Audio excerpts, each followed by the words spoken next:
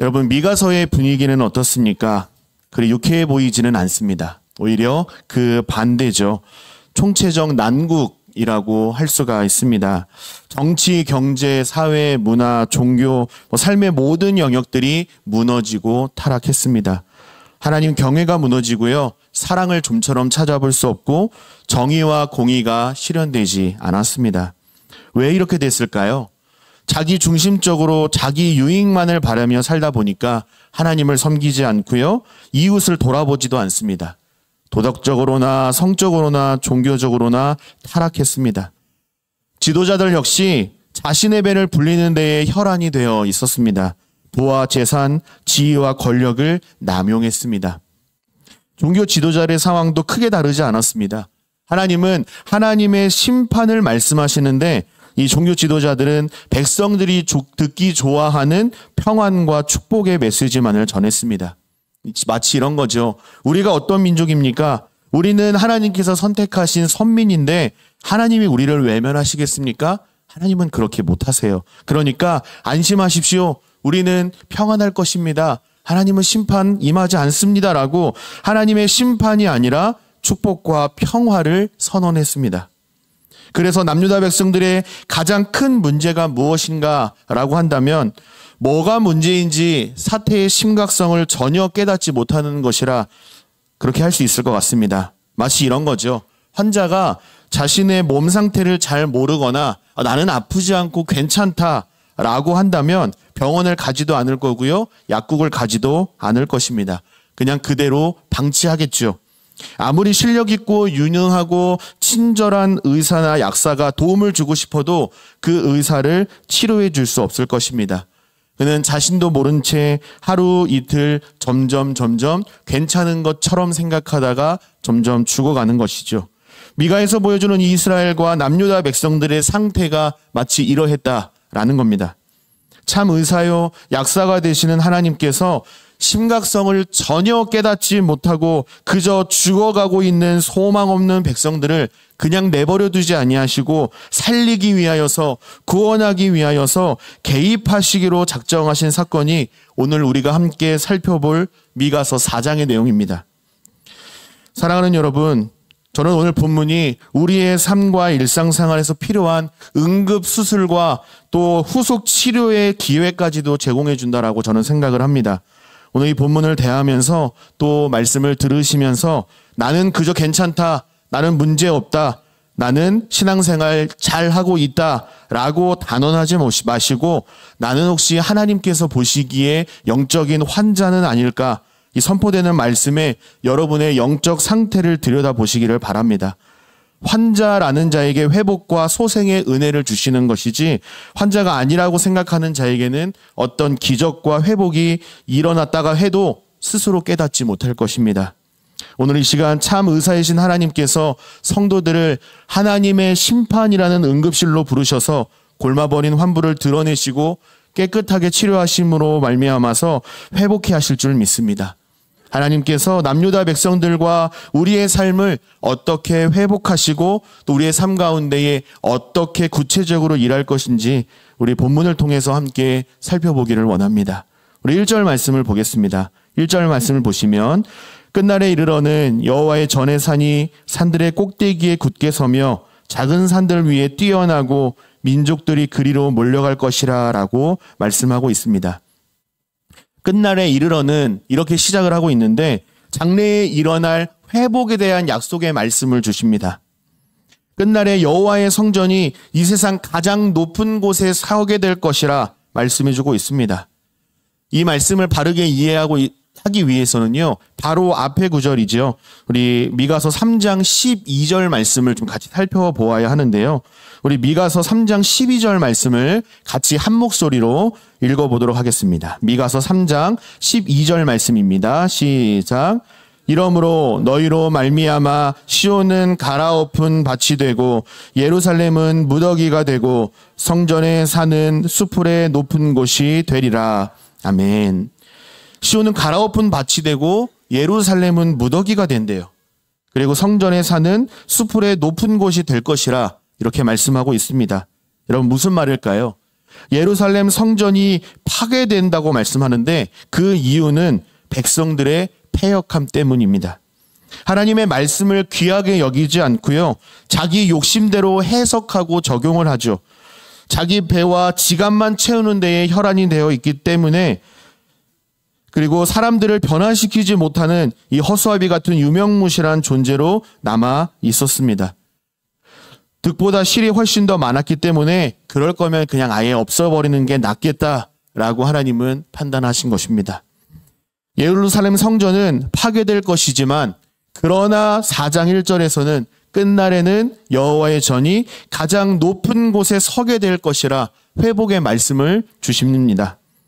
여러분, 실제로 시온산은요, 해발 765m밖에 되지 않는다라고 말합니다. 감이 잘 안 오시죠? 제주도에 있는 한라산이 1995m쯤 된다라고 합니다. 그러니까 시온산은 한라산의 한 3분의 1 정도밖에 안 됩니다. 한라산도 너무 멀죠? 계양산이 한 395m쯤 된대요. 그러니까 계양산의 2배 정도 되는 게 시온산이라고 이야기를 합니다. 여러분, 그런데 이 시온산이 어떻게 산들의 꼭대기에 서게 될 것이라 말씀을 하실까요? 시온산이 갑자기 쭉 늘어나서 에베레스트 산처럼 그렇게 높아진다라는 말일까요? 그런 말은 분명 아닐 것입니다. 일단은 에베레스트 산에는 성전이 없기 때문에 에베레스트 산은 탈락입니다. 모세 오경을 보면 시내산은 하나님의 임재와 통치가 임하는 역사적인 장소였습니다. 미가서 4장 1절에 산은 시온산을 가리키는데 하나님께서 백성들 가운데 임재하시는 성전을 의미합니다. 반대로 이 작은 산은 하나님이 아닌 인간이 의지할 수 있는 모든 것을 가리킵니다. 돈, 건강, 학벌, 명예, 지식 등이 여기에 해당이 되겠죠. 이어서 2절 말씀도 보시면 곧 많은 이방 사람들이 가며 이르기를 오라 우리가 여호와의 산에 올라가서 야곱의 하나님의 전에 이르자 그가 그의 도를 가지고 우리에게 가르치실 것이니라. 우리가 그의 길로 행하리라 하리니 이는 율법이 시온에서부터 나올 것이요 여호와의 말씀이 예루살렘에서부터 나올 것임이라 그랬습니다. 많은 이방 사람들이 여호와의 산에 올라가서 야곱의 하나님의 전에 이르자 그리하면 그의 도를 우리에게 가르쳐 주실 것이라. 우리가 나아가야 할 방향을 친히 일러주실 것이라 말씀하고 있습니다. 1절과 2절 말씀을 정리를 해보면 돈, 건강, 명예 등 하나님이 아닌 인간이 의지할 수 있는 모든 것들은 다 끝날에 사라져버리고 오직 여호와 하나님의 뜻만이 온전히 서게 될 것이라는 회복의 말씀을 주시는 것입니다. 백성들의 패역함으로 인하여서 땅바닥에 떨어져 있는 이 하나님의 방식들을 회복시키셔서 세상의 것들은 아무 의미 없어요. 하나님만 신뢰하며 믿음으로 살아가겠습니다 라고 하나님을 경외하고 예배하며 하나님의 뜻대로 살게 하실 것이라는 회복의 말씀입니다. 1절에서 끝날은 말씀이신 예수 그리스도께서 백성들 곁으로 오신 때를 가리킵니다. 미가서 4장은 완전한 하나님의 나라와 메시아 예수 그리스도가 오실 그날을 예표하고 예언하고 있는 것입니다. 하나님이 쏙 빠져버린 예루살렘 성전은 이제 더 이상 의미 없다라는 겁니다. 없는 이만 못하다라는 겁니다. 그래서 말씀이신 예수 그리스도께서 이 땅 가운데 친히 오심으로 말미암아서 유대인들뿐만 아니라 이방인들까지도 하나님의 성전에서 하나님을 예배하고 찬송하며 하나님의 말씀을 배우고 하나님의 방식대로 살아가는 법을 배우고 말씀에 순종하는 믿음의 삶을 살게 될 것이라는 예언의 말씀이자 회복의 말씀입니다.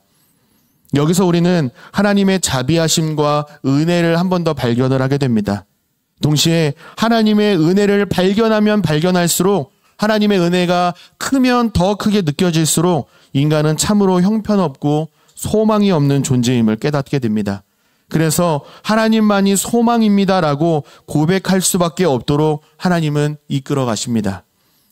이스라엘 백성들이 성전을 얼마나 가치 있고 소중하게 여겼는지와 상관없이 하나님은 사실 그저 쓸어버리면 그만입니다. 너희들 예배 안 받을 거야 라고 하면 사실은 어느 누구도 불평불만할 수 없습니다. 땅에 떨어진 백성들의 위상을 회복해 줄 이유도 책임도 없으신 분이십니다. 그런 하나님께서 백성들을 너무나도 사랑하셔서 성전을 높이 세워주실 것이고 그 일을 위해서 하나밖에 없는 아들 예수 그리스도를 십자가에 달려 죽게 하심으로 말미암아서 하나님께서 친히 이루실 것이라 말씀하십니다.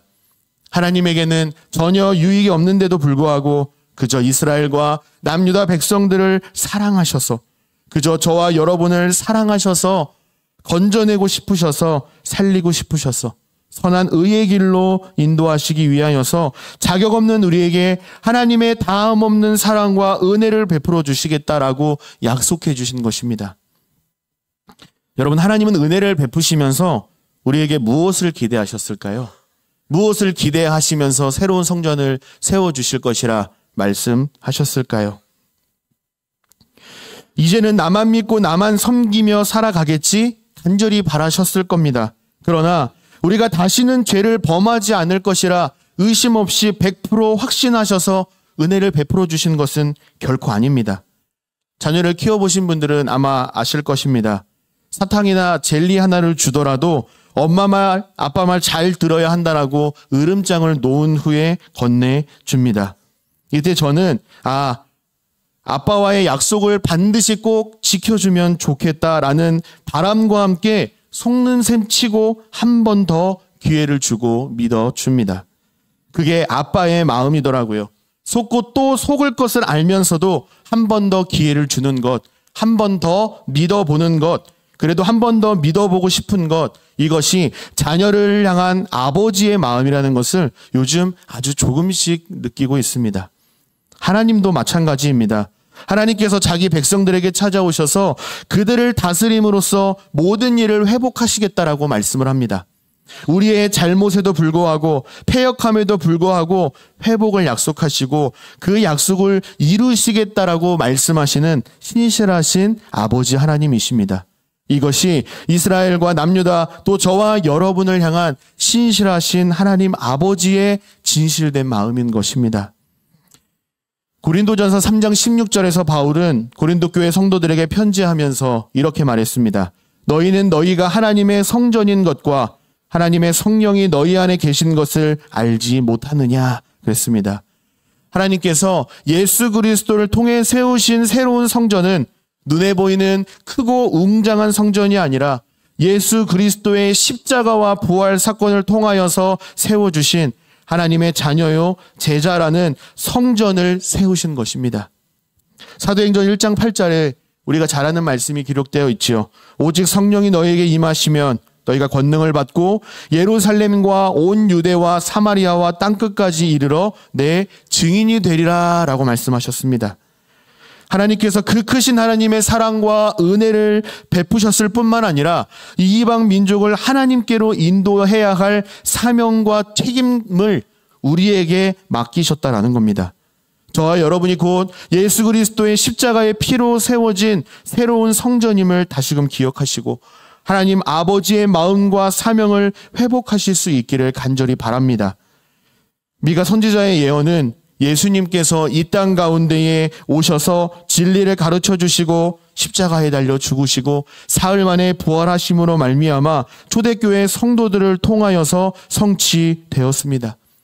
사도행전 12장 24절을 새 번역 성경으로 보면 하나님의 말씀이 점점 더 널리 퍼지고 믿는 사람들이 많아졌다라고 말씀합니다.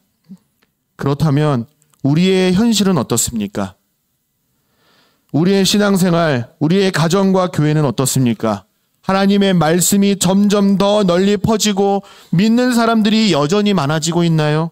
아니면 믿는 자들마저도 교회를 떠나가고 있습니까?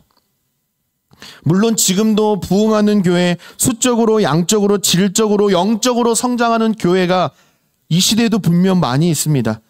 꼭 사람들이 많아졌다라고 해서 성장하고 부흥했다라고 보는 것은 옳지 않습니다.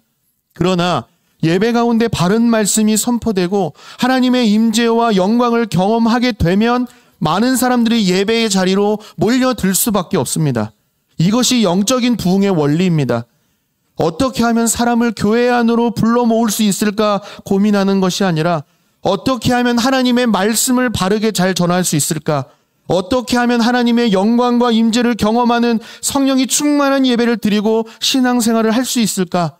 본질적인 고민을 우리는 회복해야 한다는 것입니다. 왜 그럴까요?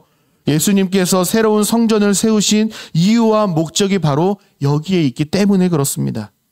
2절 말씀을 다시 한번 보겠습니다. 우리 2절 말씀 같이 한번 읽어볼까요? 시작. 곧 많은 이방 사람들이 가며 이르기를 오라 우리가 여호와의 산에 올라가서 야곱의 하나님의 전에 이르자. 그가 그의 도를 가지고 우리에게 가르치실 것이니라.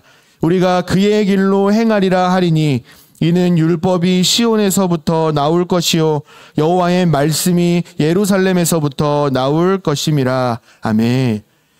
사랑하는 여러분, 하나님은 말씀의 회복을 통하여서 하나님의 백성들을 회복시키십니다. 진정한 부흥은요, 지난주에 몇 명 왔는데 오늘은 몇 명 더 왔네가 아닙니다. 하나님의 말씀 앞속에서 은혜와 사랑을 풍성히 경험하고 나의 삶을 말씀이라는 거울에 비춰보고 회개하고 변화되어서 능력 입어서 하나님과 주위 사람들에게 사랑과 은혜를 전해줄 수 있는 통로요, 향기요, 편지로서의 사명과 책임을 잘 감당할 때에 먼저는 각자에게, 그리고 그 다음 가정과 교회와 직장, 사업장, 학교, 어그러졌던 인간관계들까지 회복되는 것이 진정한 부흥입니다. 우리를 향하신 회복의 약속을 반드시 이루실 하나님과 우리의 사명과 책임을 통하여서 우리의 가정과 교회와 삶의 모든 영역들 가운데에 말씀의 부흥, 예배의 부흥, 기도의 부흥, 진정한 부흥이 다시금 일어나게 되기를 예수님의 이름으로 간절히 소망하고 바랍니다. 3절 말씀은 하나님께서 어떻게 회복할 것인지를 말씀해 주고 있습니다. 하나님께서 정의를 행하실 것이기 때문에 이방 민족들이 하나님 앞으로 돌아올 것이라 라고 말씀을 했습니다. 이때 칼은 보습으로 만들고 창을 쳐서 낫을 만들 것이라 말씀합니다. 보습은 삽과 비슷하게 생긴 농기구를 말합니다. 그러니까 칼을 보습으로 만든다라는 말은요, 전쟁할 때 쓰는 살상 도구가 이제는 더 이상 필요 없어져서 농기구로 바뀌게 된다라는 말입니다. 파멸과 죽음을 바라며 휘둘렸던 이 살인 도구가 이제는 새로운 열매를 생산하는 도구로 바뀐다라는 말이죠. 이제 다시는 전쟁이 없을 것이기 때문에 군대에 가지 않아도 되고 전쟁을 연습하지 않아도 될 것이라 말씀하시는 겁니다. 4절에 포도나무와 무화과 나무 아래는 평화의 시대, 평안의 시대를 말합니다. 회복의 회복으로 말미암아 백성들에게 진정한 평화가 임할 것을 말씀해 주고 있습니다. 하나님은 회복 불능한 것처럼 보이는 우리의 인생을 본래의 아름다운 모습으로 회복시킬 것을 약속해 주십니다. 그러나 이 회복도 그냥 공짜로 되는 것은 아닙니다. 하나님의 율례와 법도를 준행함으로써 진정한 하나님의 평강이 임하게 됨을 말씀합니다. 이 말씀을 레위기 26장에서 앞서 말씀하신 바가 있습니다. 레위기 26장 3절 7절 말씀을 보시면 이렇게 되어 있습니다. 좀 길지만 제가 읽어드리겠습니다. 너희가 내 규례와 계명을 준행하면 내가 너희에게 철 따라 비를 주리니 땅은 그 산물을 내고 밭의 나무는 열매를 맺으리라. 너희의 타작은 포도 딸 때까지 미치며 너희의 포도 따는 것은 파종할 때까지 미치리니 너희가 음식을 배불리 먹고 너희의 땅에 안전하게 거주하리라.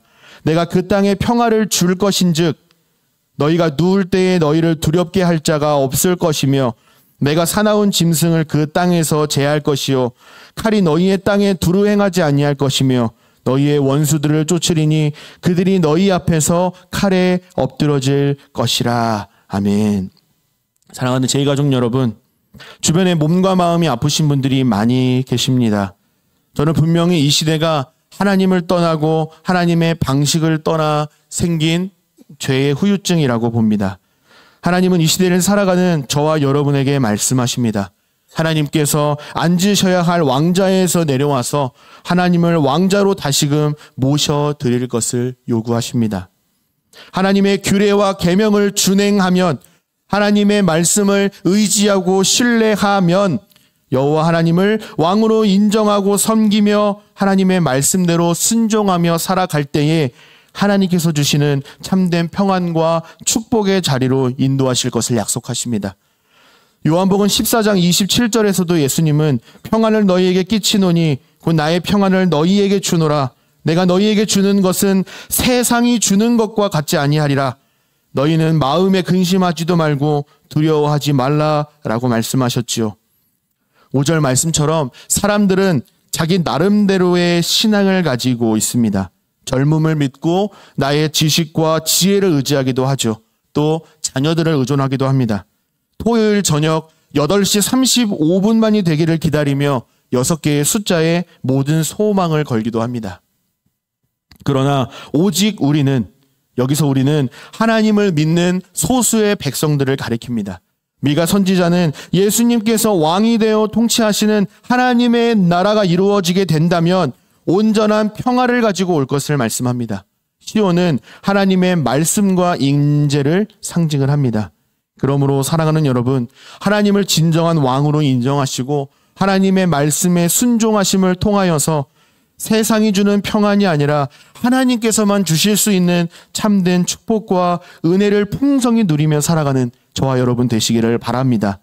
여기에 우리의 평안과 위로와 소망이 있는 줄로 믿습니다. 이제 6절부터 13절까지의 말씀을 보시면 이스라엘이 바벨론으로부터 포로에서 돌아올 회복에 대하여서 말씀해주고 있습니다. 어떻게 회복하실 것인지 좀 더 구체적으로 설명을 하시는데 우리 6절, 8절 말씀을 같이 한 목소리로 읽어보도록 하겠습니다. 6절부터 8절까지의 말씀입니다. 시작. 여호와께서 말씀하시되 그날에는 내가 저는 자를 모으며 쫓겨난 자와 내가 환난 받게 한 자를 모아 밭을 저는 자는 남은 백성이 되게 하며 멀리 쫓겨났던 자들이 강한 나라가 되게 하고 나 여호와가 시온산에서 이제부터 영원까지 그들을 다스리리라 하셨나니 너 양떼의 망대요 딸 시온의 산이여 이전 권능 곧 딸 예루살렘의 나라가 내게로 돌아오리라. 아멘. 예루살렘 성전이 무너졌을 때에 바벨론에 끌려간 포로들이 있는가 하면 폐허가 된 예루살렘에 남았던 자들도 있었습니다. 여러분, 어떤 사람들이 바벨론에 끌려가고 또 어떤 사람들이 예루살렘에 그대로 남아 있었을까요? 가진 것이 없고 줄 것이 없는 가난하고 힘이 없는 자들은 바벨론으로 포로로 끌려갔습니다. 그럼 반대로 돈과 명예를 가지고 있었던 무언가 자랑할 수 있었던 힘을 가지고 있었던 기득권 층들은 그대로 예루살렘에 남아 있었습니다. 이런 사람들이 스스로 나는 남은 자다, 우리가 남은 자다 라고 생각했다라고 합니다.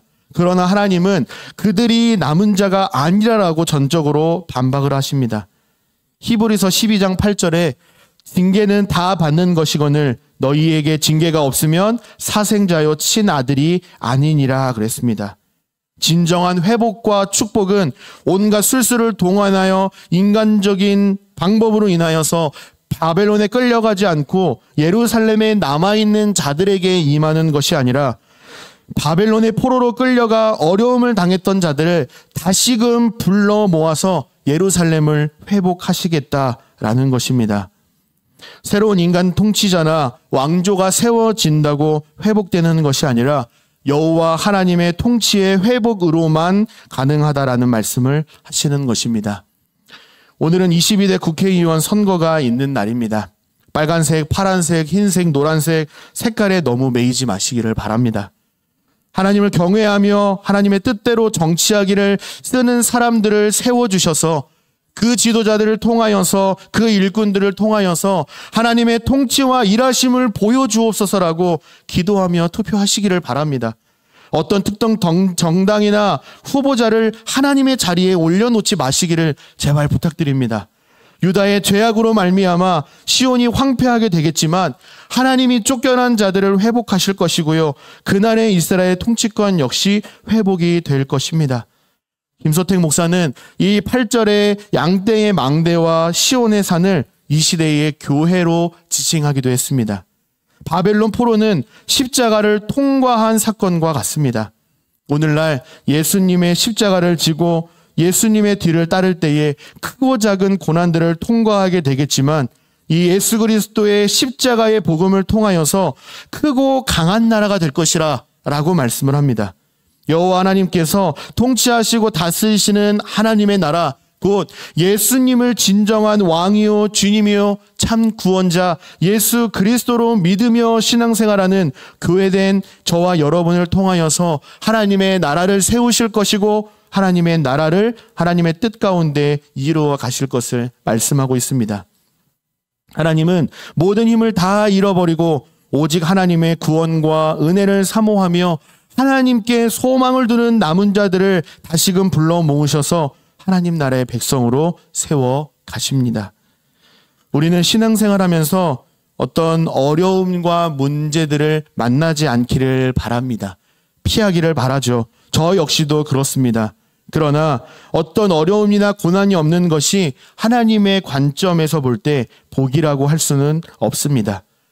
포로 생활을 하더라도 십자가를 통과하는 고난 속에서도 하나님께 소망을 두고 의지하며 포기하지 않고 인내하며 끝까지 믿음의 길을 걸어가는 사람들이 남은 자들의 복을 누릴 수 있다라고 말씀을 합니다. 각각 자기의 신의 이름을 의지하며 살아가는 이 시대에서 하나님만을 신뢰하며 살아가는 것은 녹록지가 않습니다. 정말 힘듭니다. 세상 속에서 살아내는 것은 더더욱 힘듭니다. 때론 피해와 수고를 감수해야 합니다. 월급의 인상의 기회나 승진의 기회를 다른 사람에게 양보해야 할 때도 있습니다. 이렇게까지 신앙생활을 해야 하나 라는 생각이 들 때도 분명히 있을 것입니다. 하지만 하나님은 해산하는 여인처럼, 여기서 해산하는 여인의 고통은 바벨론 포로 생활을 하면서 하나님의 심판 도구인 이방 국가들로부터 오는 고난과 어려움들을 말합니다. 출산을 앞둔 여인처럼 출산의 고통을 회피하지 말고 도망가거나 모면하려고 하지 말고 하나님의 심판에 직면하고 포로됨과 유배 생활을 참고 견디라 라고 말씀하고 있습니다. 이 과정에서 사랑의 하나님이라면, 우리를 돌보시고 사랑하시는 하나님이시라면 어찌 백성들을 심판하시고 바벨론 포로로 끌려가도록 그대로 내버려 두실 수 있는가 하는 의문이 들 수도 있습니다. 하지만 심판이야말로 진정한 회복의 길이라 말씀하십니다. 연로하신 어르신들께서 허리나 무릎이 아프셔서 수술을 하는 경우들이 최근에 꽤 많아졌습니다. 어떤 사람들은 수술이 얼마나 아프고 힘든데 연로하신 어르신들을 그 차가운 수술을 하게 하냐라고 말하기도 합니다. 자녀들의 속은 생각해보지 않고 하신 말씀일 확률이 높을 것이라 생각합니다. 수술을 해서라도 남은 여생 조금이라도 건강하게 통증 없이 지내면 좋겠다라는 마음으로 나아질 것이라는 기대와 죄스러운 마음으로 의사의 손에 연로하신 부모님을 맡겨드리는 것이 자녀들의 마음일 것입니다. 아파 신음하는 자녀들을 병실로 수술실로 보내는 부모의 마음도 마찬가지일 것입니다. 하나님 아버지의 마음도 이러하시다라는 거죠. 10절에 바벨론까지 이르러 거기서 구원을 얻을 것이라 말씀합니다. 해산하는 고통을 통과하여 새 생명을 출산하는 것처럼 이스라엘도 시온도 고난 뒤에 남은 자로서의 축복을 누리게 될 것을 하나님은 약속하십니다. 그래서 견디어내라 라고 믿음 끝까지 지키며 견뎌라 라고 말씀하시는 것입니다. 혹시 여러분 중에는요, 내가 하나님 없이도 충분히 잘 살아왔고 앞으로도 잘 살아갈 수 있다라고 생각하시는 분들이 계실 것입니다. 또 반대로 하나님의 살아계심과 사랑과 은혜는 체험했지만 삶이 주는 고단함이 너무 크고 힘들어서 다 금방이라도 포기해버리고 싶다는 생각을 하시는 분들도 계실 것입니다. 오늘 본문을 통해 주시는 이 하나님의 회복의 말씀, 위로의 말씀을 다시금 마음속에 새기실 수 있기를 바랍니다. 사랑하는 여러분, 하나님이 아닌 다른 데에 소망을 두거나 내 인생 내가 왕으로 군림하며 살아가는 자들은 반드시 바벨론으로 쫓겨날 것입니다. 그러나 바벨론 포로로 끌려가서 나에게는 어떠한 능력과 소망도 없습니다. 그러므로 천부여 의지 없어서 손들고 주님 앞에 옵니다. 이 간절한 마음으로, 겸손한 마음으로 하나님께 부르짖을 때에 하나님은 그 슬픔의 자리, 절망의 자리, 모든 것을 다 포기해버리고 싶은 바로 그 자리에 찾아오셔서 자유롭게 회복하실 것입니다. 여기에 우리의 위로와 소망과 나아갈 믿음의 방향이 있는 줄로 믿습니다. 11절에서 많은 이방 사람들이 예루살렘을 멸시의 눈으로 보고 있습니다. 시온이 더럽게 되며 그것을 우리 눈으로 바라보기를 원하노라 그랬습니다. 이방인들은 예루살렘만 무너지면, 성전만 무너지면 하나님의 백성들도 멸망할 것이라 생각했습니다. 하지만 이스라엘의 역사는 멸망 이후 다시 시작할 것이라는 사실은 미처 알지 못했습니다. 하나님의 생각과 계획을, 뜻을 전혀 이해하지 못했기 때문에 그렇습니다. 실제로 불신자들은 예수 믿는 우리가 망하기를 바랍니다. 하나님과 교회를 떠나기를 바라죠. 눈에 보이지도 않는데 하나님으로 믿는다는 것 자체를 조롱하기도 합니다. 그러나 예수 믿는 사람들이 예수님처럼 살지 않고 자기의 만족과 유익을 위하여 살아가는 자들을 보며 혀를 차기도 합니다. 여러분, 이것은 무엇을 의미할까요? 나는 예수님 믿기는 싫지만, 나는 교회 가기 싫지만, 적어도 교회 다니는 사람들은, 예수 믿는 사람들만큼은 그럼에도 하나님의 말씀대로 예수님처럼 살아가면서 세상의 빛과 소금의 역할을 감당해 줄 것을 마음 한켠에서는 기대하고 있는 것입니다. 여기에 아직은 우리의 교회가 희망이 있다라고 봅니다. 그들은 등을 돌렸지만 곁눈질하며 우리가 예수님처럼 살아가고 있는가, 그들은 여전히 주목하고 있다라는 것입니다. 그래서 우리가 이 시대에 살아가면서 바른 믿음을 가지고 바른 신앙을 하며 살아가야 한다라는 것입니다. 12절 13절에서 여호와께서 곡식단을 타작마당에 모음같이 그들을 모으셨나니 딸 시온이여 일어나서 칠지어다라고 말씀을 합니다. 조금 더 역동적인 표현이 나옵니다. 그전에는 해산하는 고통을 버텨라, 견뎌라, 인내하라 라고 여기서 끝냈는데요. 지금을 보니까 일어나라, 쳐라 라고 보다 강하고 역동적으로 말씀하고 있습니다. 이방 사람들은 자기 힘으로 시온의 멸망을 볼 수 있을 것이라 생각했습니다. 그러나 그들을 모으신 것은 이방 사람들이 아니라 여호와 하나님께서 뜻 가운데 불러 모으셨다라고 말씀합니다. 모으셔서 뭘 하시겠다라고 모으셨을까요? 하나님께서 열방을 치실 것입니다. 하나님의 심판이 임할 것입니다. 하나님께서 시온의 뿔을 쇠로, 시온의 굽을 노스로 만드셔서 시온이 많은 백성을 부숴 버릴 것을 말씀합니다. 열방이 그동안 획득했던 모든 재물을 시온이 여호와 온 땅의 주님께 성별하여 바치게 될 것을 말씀합니다.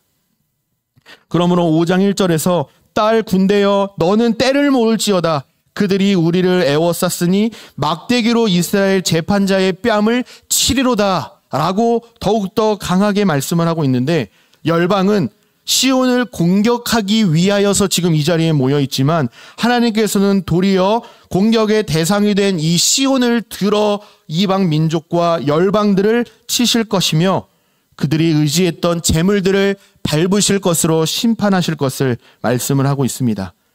여기서 우리가 알 수 있는 하나님은요, 약한 자를 들어 쓰시는 하나님이십니다. 좀 전에도 말씀드렸던 것처럼 지금 우리가 살아가고 있는 이 시대의 교회는 많은 비판과 조롱의 대상으로 전락했습니다. 교회가 세상을 걱정하기보다, 교회가 세상을 위하여 기도하기보다 교회 밖에 있는 세상 사람들이 교회를 더 걱정하는 시대가 되었다라고 이 시대를 평가하기도 합니다. 하나님의 전지전능하심과 십자가의 능력은 여전히 변함없이 세상을 변화시킬 힘과 능력을 가지고 계신 것은 분명히 믿는데, 어쩌면 통로된 저와 여러분이 약해진 것은 아닌가, 교회가 약해진 것은 아닌가, 생명력과 군사력을 잃은 것은 아닌가 하는 생각이 듭니다. 예수 믿는 자로서, 목사로서 한편으로는 억울하기도 합니다. 이 시대의 교회가 얼마나 지역사회를 섬기고 어려운 자들을 섬기며 돌보고 세상을 이롭게 하는 일들을 앞장서서 많이 하고 있는데 왜 그렇게 교회만 못 살게 굴까 하는 생각이 들 때도 너무나도 많이 있습니다. 사건 사고가 많은 교회들도 있지만 건강한 교회들도 분명 많이 있습니다. 교회를 욕하기는 참으로 쉬운 시대를 우리는 살아가고 있습니다. 그러나 주위를 둘러보면 욕을 먹고 있는 이 교회를 붙들고 기도하는 사람들은 찾아보기 힘든 시대가 아닌가 생각합니다. 목회자들도 그렇고 성도님들도 그렇고 교회를 위하여 교회를 붙잡고 기도하는 사람들이 여전히 많이 있지만 여전히 불보듯 남의 집 불보듯 그런 사람들도 많이 있다라고 저는 생각합니다. 그래서 우리가 회복해야 할 기도의 영역이 바로 여기에 있지 않나라는 생각을 하게 됩니다. 하나님은 약한 자를 들어 강하게 사용하시는 하나님이심을 분명하게 미가 선지자는 선언하고 있습니다. 약해 보이고 힘을 잃어버린 것 같은 이 시대의 많은 교회와 교회된 저와 여러분을 통하여서 세상은 여전히 하나님의 능력을 보게 될 것이고 세상은 교회를 보며 세상 가운데 여전히 일하고 계시는 하나님을 보게 하실 줄 믿습니다. 우리뿐만 아니라 하나님뿐만 아니라 세상 사람들도 지금 이 사실을 기대하고 있다는 사실을 여러분 다시 한번 기억하시기를 바랍니다. 우리의 어떠함 때문이 아니라 하나님께서 그렇게 회복하실 것이고 하나님의 열심히 그 일을 반드시 이루실 것이라 회복을 명하십니다. 여러분, 시온의 강함은요, 조직력 있는 군대나 최신 무기에서 나오지 않았습니다. 시온과 함께 계신 강하신 하나님께로부터 나오는 강함을 덧입은 것입니다. 사랑하는 여러분, 세상이 교회를 욕할 때 같이 욕하지 마시기를 바랍니다. 그러게 왜 그런가 모르겠어. 이렇게 동조하지도 마시기를 바랍니다. 저도 앞으로 그렇게 하지 않겠습니다. 주님의 피값으로 세우신 주님의 몸된 교회를 위하여 함께 눈물 뿌려 기도하는 저와 여러분 되시기를 간절히 바랍니다. 십자가의 복음이 실현될 때 예수님을 진정한 왕으로 통치자로 모시며 하나님의 말씀대로 순종하며 살아가는 하나님의 나라가 회복이 되면 세상 가운데에 여호와 하나님께서 이루실 참된 평화를 누리게 될 줄로 믿습니다. 오늘 하루도 우리의 삶을 일으키시고 우리를 붙드시는 그 하나님을 철저히 신뢰함으로 말미암아 해산하는 여인처럼 힘든 믿음의 여정 가운데서도 견디고 버티셔서 하나님의 일하심을 경험하며 하나님이 하나님 되심을 드러내는 모든 제2 가족들이 되시기를 예수님의 이름으로 간절히 소망하고 축복합니다. 아멘.